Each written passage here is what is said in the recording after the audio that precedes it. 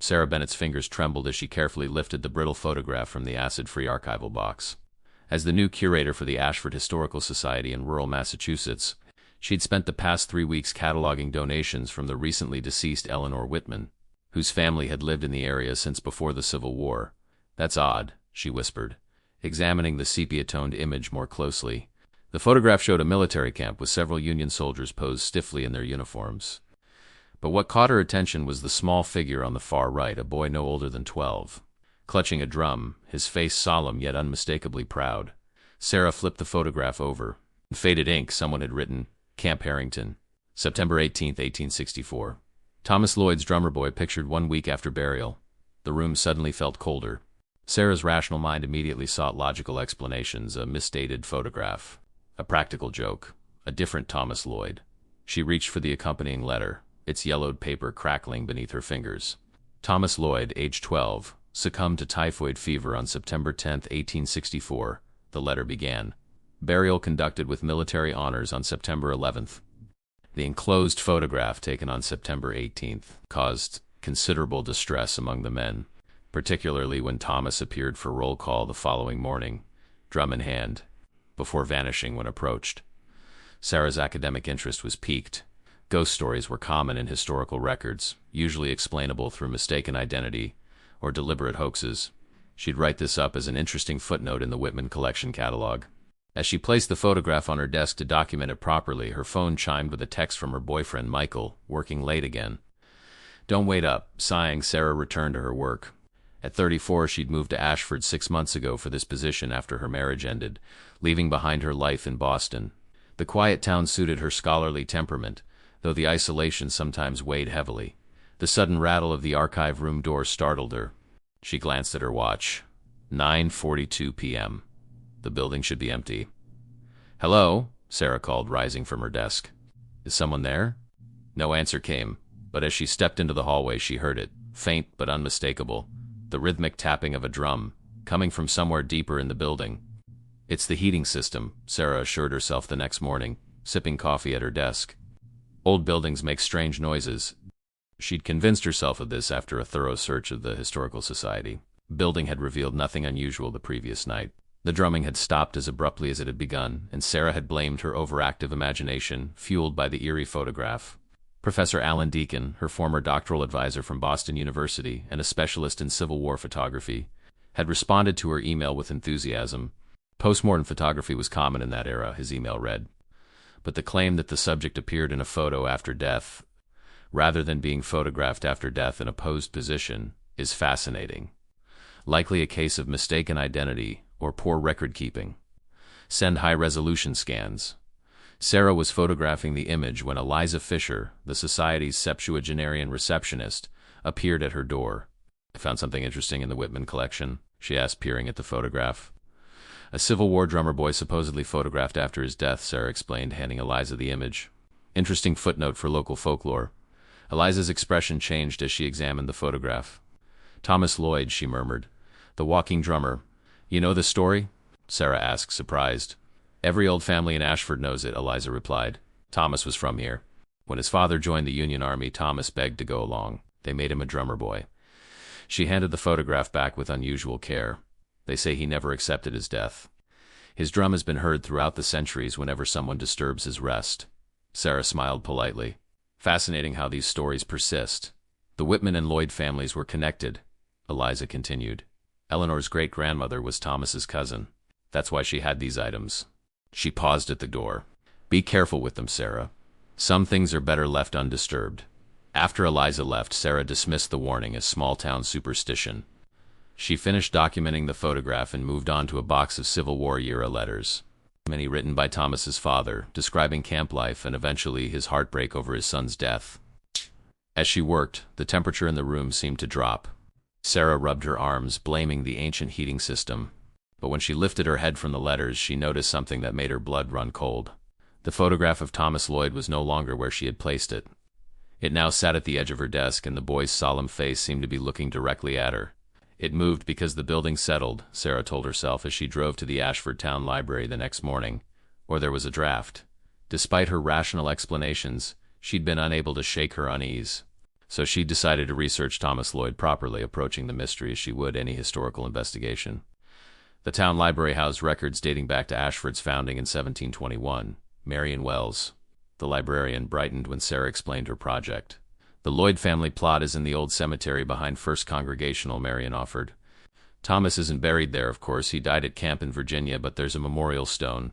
Armed with town records, old newspapers, and a local history book, Sarah settled at a reading table. The facts emerged clearly.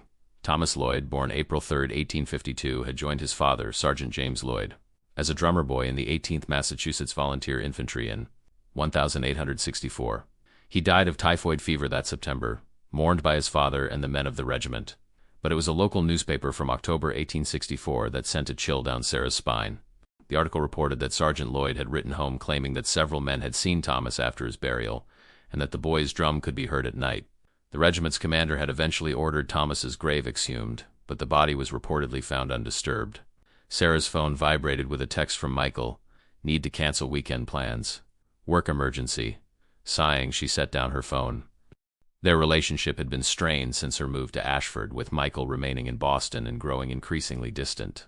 Returning to her research, Sarah discovered that Sergeant Lloyd had survived the war but was described as troubled in mind upon his return to Ashford. He claimed to see his son frequently and reported hearing drum taps at night. He died in 1875, an apparent suicide. Find what you needed? Marion asked as Sarah prepared to leave. Yes, though it's a sad story, Sarah replied. People actually believe the ghost stories? Marion's expression grew serious. There's a reason the Whitman family kept those items secured for generations. In 1923, a historian borrowed some Lloyd family artifacts for an exhibition. 3 people associated with the display died in accidents within a month.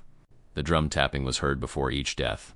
You can't seriously believe, I believe, Marion interrupted gently, that some mysteries resist rational explanation?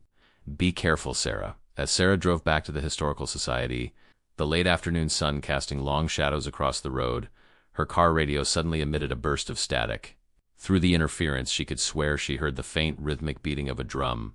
Sarah spent the weekend in Boston with friends, deliberately leaving the Lloyd materials untouched in her office. She needed distance, perspective, and most of all, a return to rationality. By Monday morning, refreshed and clear-headed, she was embarrassed by her superstitious reaction. Ghost stories persist because they serve psychological and cultural functions, she reminded herself as she unlocked her office.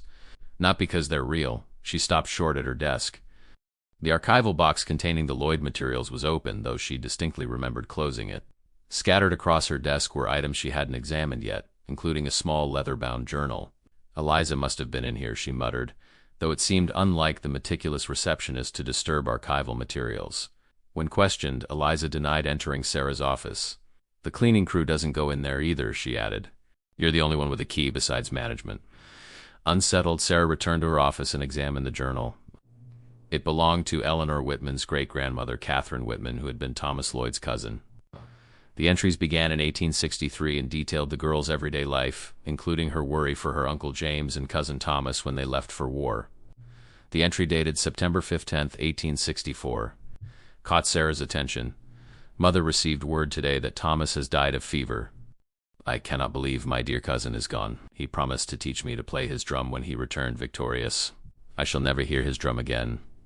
Yet the entry from October 28, 1864, took a darker turn. Father says I must stop speaking of it, but I know what I heard last night.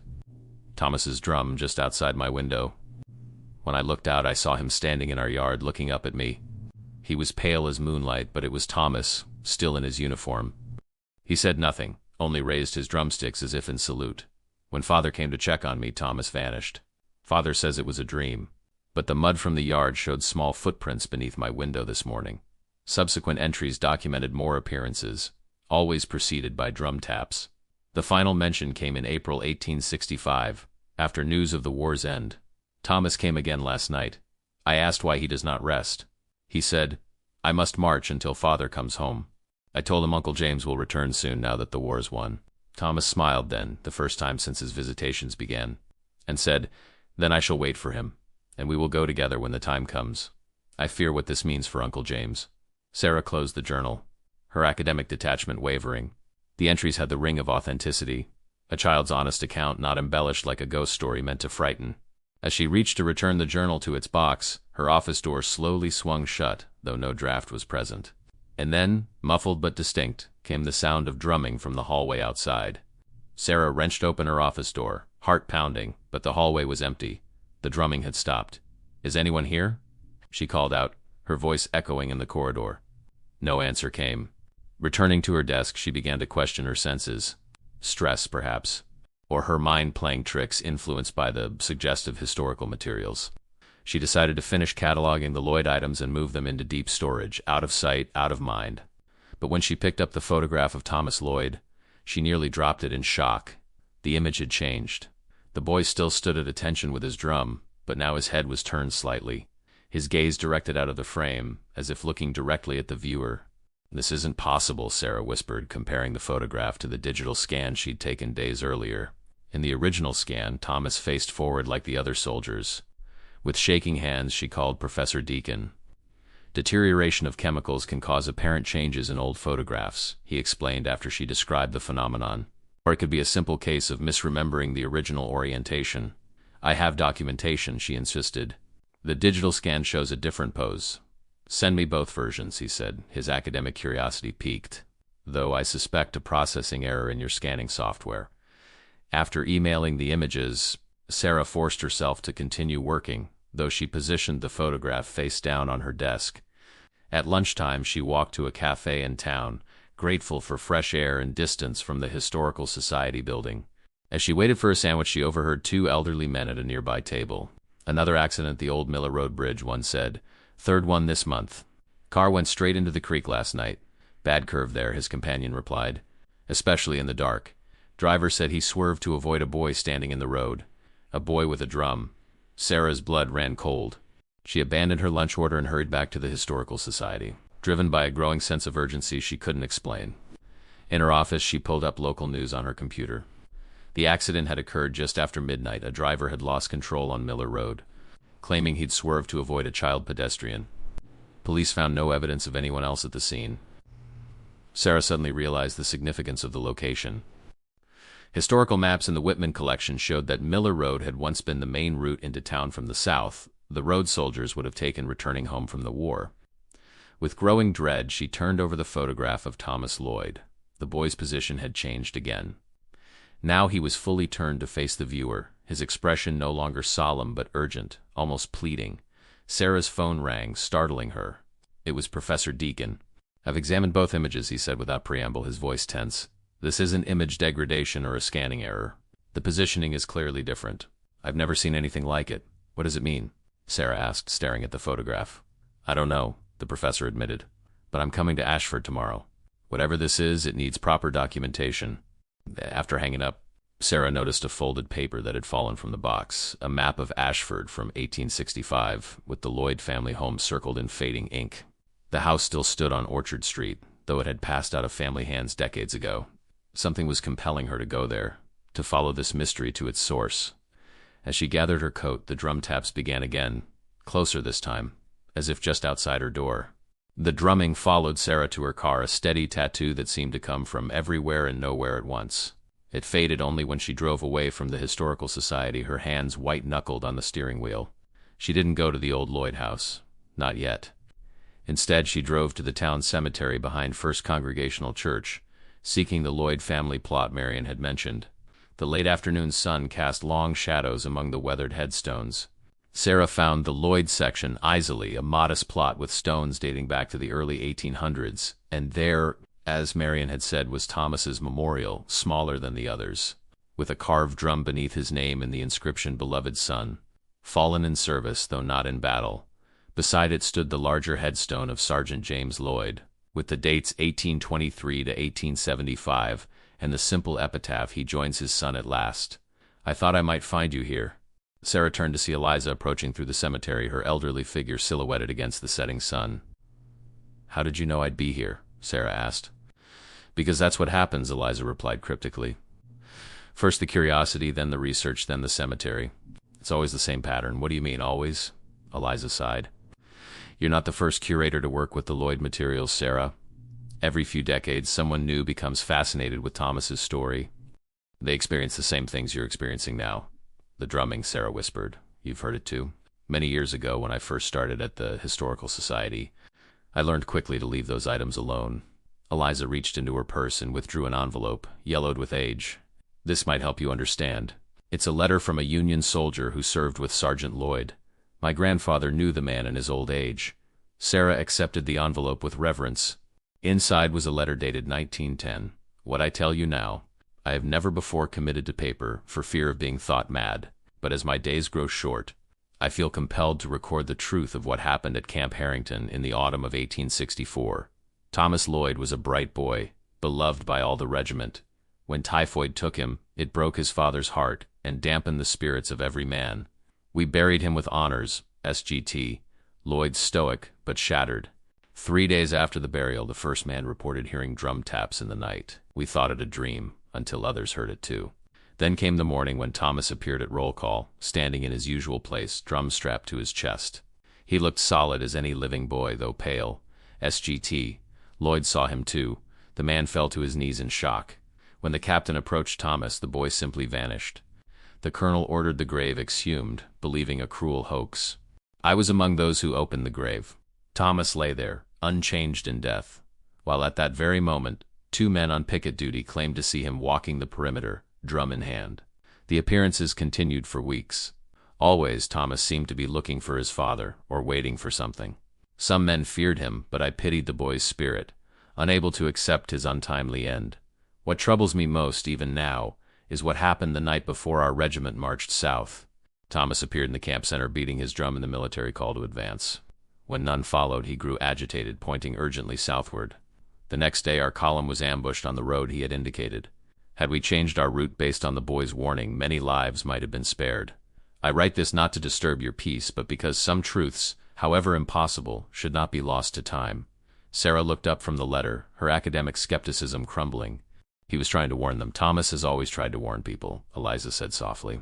That's why he appears on Miller Road before accidents. He's still trying to protect others, even in death. As if on cue, the first notes of distant drumming reached their ears, coming from the direction of Orchard Street, where the Lloyd house still stood. Sarah and Eliza heard the drumming clearly now, a rhythmic beating that seemed to call them forward. We shouldn't go, Eliza warned, though she made no move to leave. Nothing good comes from following the drum, but Sarah was already walking toward her car. I need to know, Eliza, what does he want? Why now, after all these years? The old Lloyd house on Orchard Street stood apart from its neighbors, a Greek revival structure with peeling paint and a sagging front porch. A for sale sign, weathered and tilting, stood in the overgrown yard. It's been empty for years, Eliza explained as they parked across the street. No one stays long. The current owner lives in New York, only visits to check on the property occasionally. The drumming had stopped. The house stood silent in the deepening twilight, its darkened windows like empty eyes watching their approach. This is trespassing, Eliza whispered as Sarah walked up to the porch. The door's open, Sarah observed, pointing to the front entrance, which stood ajar about 2 inches. Before Eliza could protest further, Sarah climbed the porch steps and called out, "Hello? Is anyone here?" When no answer came, she pushed the door wider and stepped inside. The interior was dim and musty, with sheet-covered furniture creating ghostly silhouettes in the fading light. Despite its abandonment, the house retained its 19th century character: crown moldings, hardwood floors, and a central staircase leading to the second floor. "We should go," Eliza urged from the doorway, refusing to enter. This isn't right. But Sarah was drawn deeper into the house, following some instinct she couldn't explain. In what must have been the parlor, she noticed something odd, a section of wallpaper that seemed newer than the rest, covering a roughly door-sized area. There was a fire in the 70s, Eliza called from her position at the front door. The back part of the house was rebuilt. Sarah ran her fingers along the edge of the newer wallpaper and felt a slight draft. Peeling back a corner, she discovered what she'd suspected: a sealed doorway behind the wallpaper. The drumming started again, so close it seemed to vibrate through the floor beneath her feet. "It's coming from behind here," Sarah said, tearing more wallpaper away to reveal an old wooden door, nailed shut and painted over. "Sarah, please," Eliza pleaded. "Let's call someone, the Historical Society board, the town council, anyone." But Sarah was already looking for something to pry with. Finding a fire poker leaning against the defunct fireplace, she worked it between the door and frame, leveraging her weight against it. With a splintering crack, the door gave way, revealing a narrow staircase leading down into darkness. The drumming grew louder, insistent. "There shouldn't be a basement," Eliza said, finally stepping into the house. "The historical records don't show one in this house." Sarah took out her phone and activated its flashlight. I'm going down. I'll call for help if you're not back in 5 minutes, Eliza said, her face pale in the dim light. The stairs creaked ominously as Sarah descended. The air grew colder with each step, carrying the musty scent of earth and age. At the bottom, her light revealed a small space, perhaps 10 feet square, with packed earth floor and stone walls. The drumming had stopped. In the center of the room, partially buried in the dirt floor, was a small wooden drum, its once bright paint faded to dull blue and red. Beside it lay a child-sized pair of drumsticks, the wood dark with age. Sarah knelt beside the drum, her light revealing the initials TL carved into its side. As she reached toward it, her phone light flickered and died, plunging her into total darkness. And then in the blackness, she heard a child's voice, soft and clear. You found me. Sarah's breath caught in her throat as she fumbled with her unresponsive phone, trying desperately to restore its light. The darkness in the hidden basement was absolute, pressing against her like a physical weight. Who's there? She managed to ask, her voice barely above a whisper. Thomas, came the reply, the child's voice sounding somehow both near and far away. Thomas Lloyd. A faint bluish glow began to emanate from the corner of the room. Not bright enough to illuminate the space, but sufficient to reveal the silhouette of a small figure standing there. A boy in a military uniform, a drum hanging at his side. Soraya's academic mind raced through explanations. Hallucination, light trick, elaborate hoax, but none seemed adequate for the sight before her. What do you want? She asked, surprised by the steadiness of her own voice. To rest, the boy said simply. I've been waiting so long. Footsteps sounded on the stairs behind her, Eliza coming down despite her fear. Sarah, who are you talking to? The older woman's voice shook as she descended, her own phone light cutting through the darkness. In the sudden illumination, the corner stood empty. The ghostly glow and the boy were gone. He was here, Sarah said, turning to Eliza. Thomas was here. Eliza's light fell on the drum, half buried in the dirt floor. Oh my God, she whispered. That's not possible. What? Sarah asked, watching as Eliza's face drained of color. The drum was destroyed, Eliza explained, her voice hushed with disbelief. After Sergeant Lloyd's suicide, the family burned it, believing it was what kept Thomas bound to this world. Sarah turned back to the drum, noticing now what her shock had initially prevented her from seeing. The dirt around it had been recently disturbed, as if someone had partially excavated it from a more deeply buried position. Someone found it, she realized aloud, recently. That's why Thomas is active again. As if in confirmation, a distant drumming began again, coming from somewhere above them. They hurried back upstairs to find the house unchanged, though the drumming continued, seemingly coming from the second floor now. They followed the sound up the central staircase and down a narrow hallway to what must have once been a child's bedroom, smaller than the others, with faded wallpaper showing traces of a pattern that might have been stars or boats. The drumming led them to a closet. Inside, hidden beneath rotted floorboards that Eliza's weight caused to crack, they discovered a small metal box. The drumming stopped the moment Sarah lifted the box from its hiding place. With trembling fingers, she opened it, revealing its contents.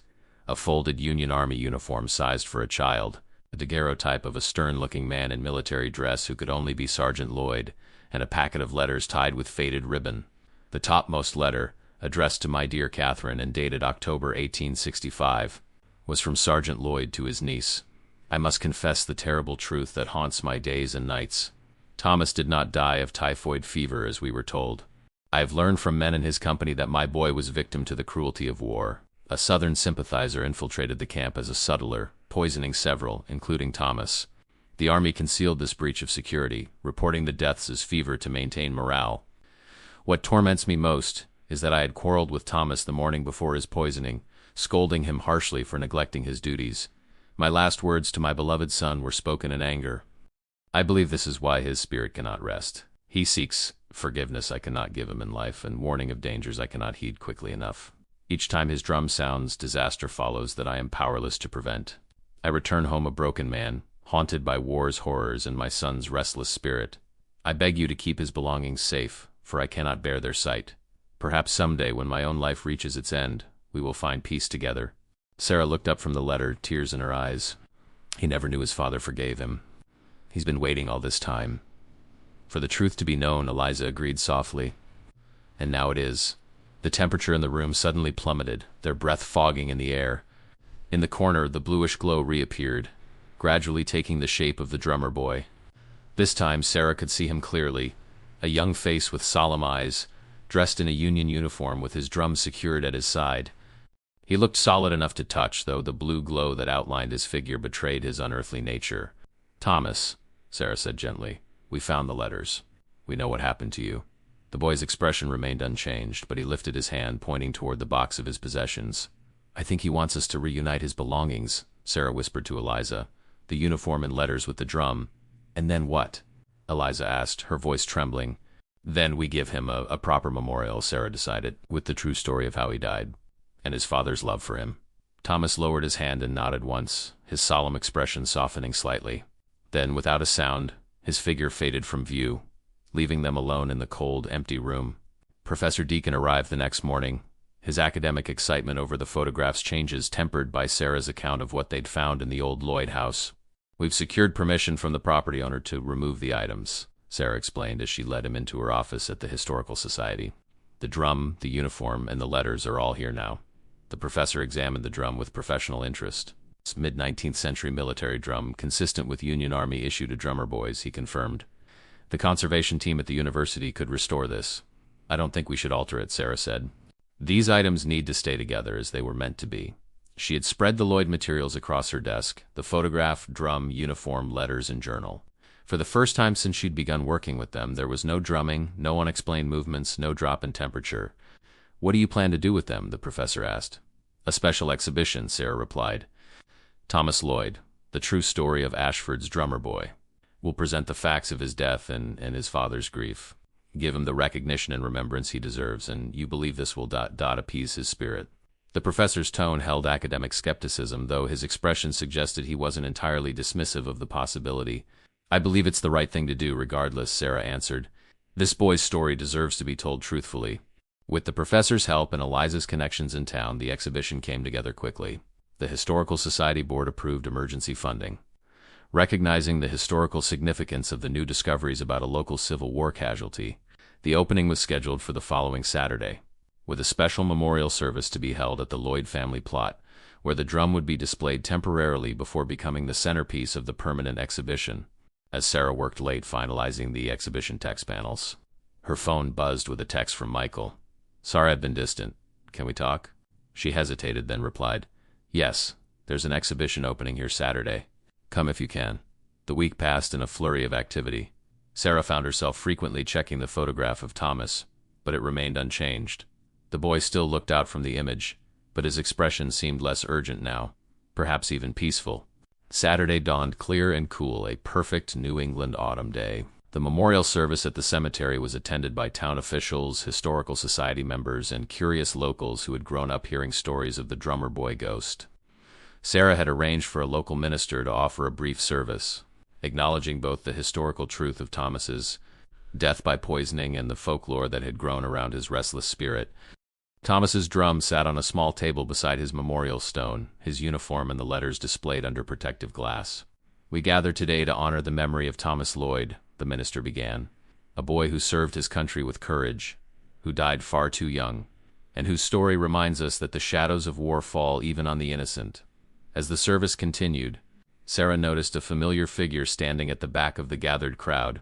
Michael had come after all. He offered a small smile and a wave. The minister concluded the service with a prayer for Thomas's peaceful rest. As the final amen was spoken, a strange hush fell over the cemetery. The autumn breeze, which had been rustling the trees throughout the service, suddenly stilled.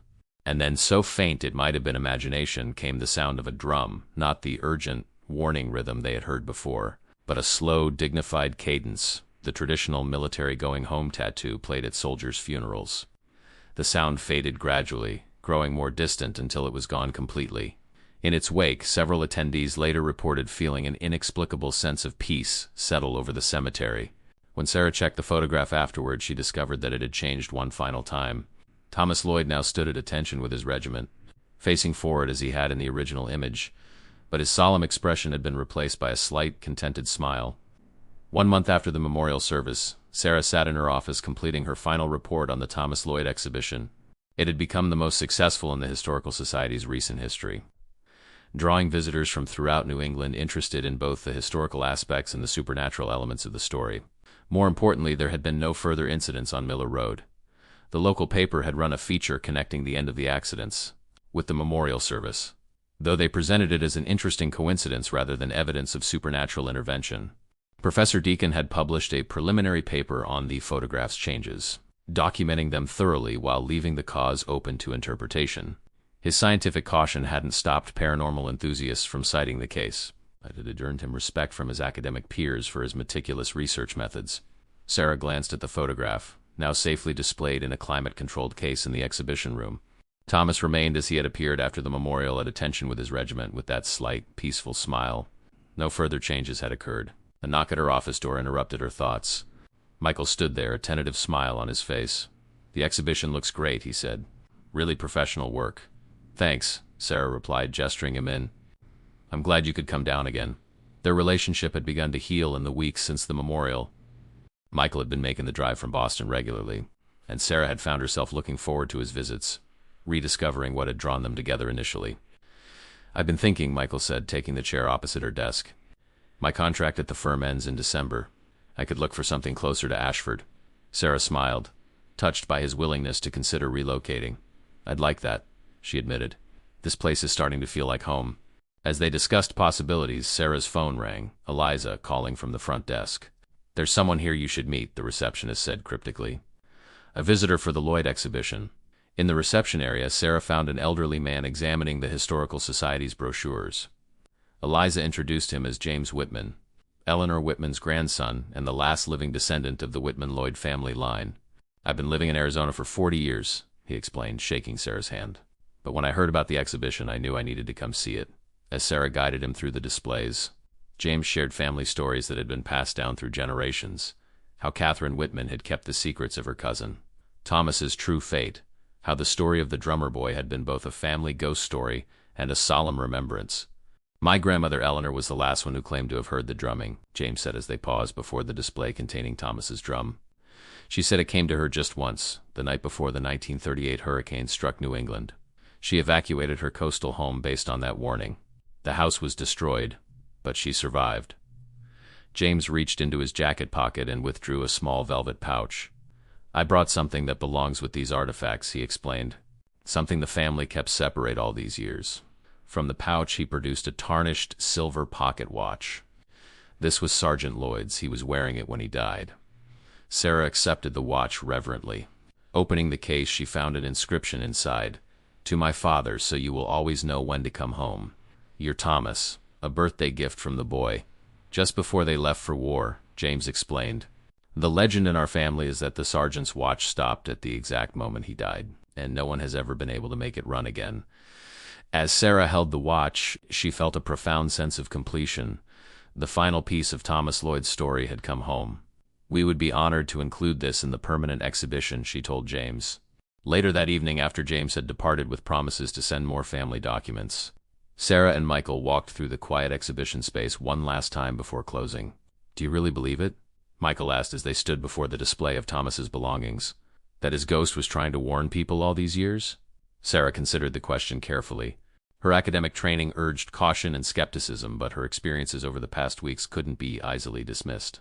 "I believe Thomas Lloyd was a real boy who died tragically," she finally answered. "I believe his father never recovered from that loss. And I believe their story affected this community deeply enough that it echoed through generations." She paused, looking at the photograph with its subtle, final change. Whether that echo was supernatural or psychological. "Does it really matter?" "The warning was real either way," Michael nodded thoughtfully. "I suppose what matters is that people listened." As they turned to leave, Sarah thought she heard a faint sound, not drumming but the ticking of a clock. She glanced back at the display case where Sergeant Lloyd's pocket watch sat beside his son's drum. For a brief moment she could have sworn the second hand moved, a single tick forward before going still again.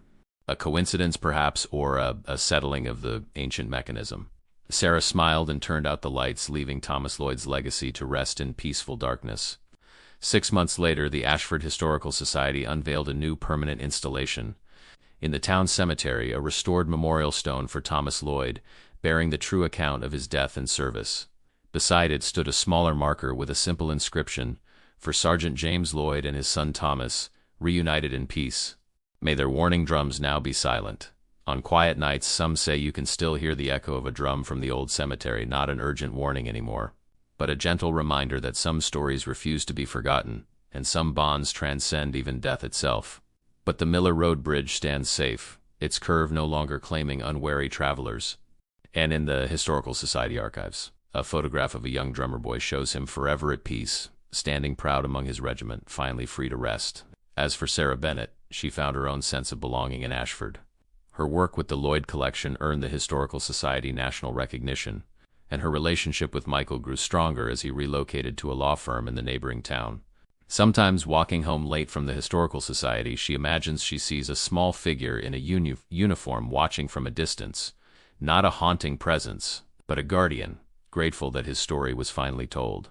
And if the echo of a drum occasionally reaches her ears on such nights, Sarah merely smiles and whispers, "Rest well, Thomas. Your watch is over now."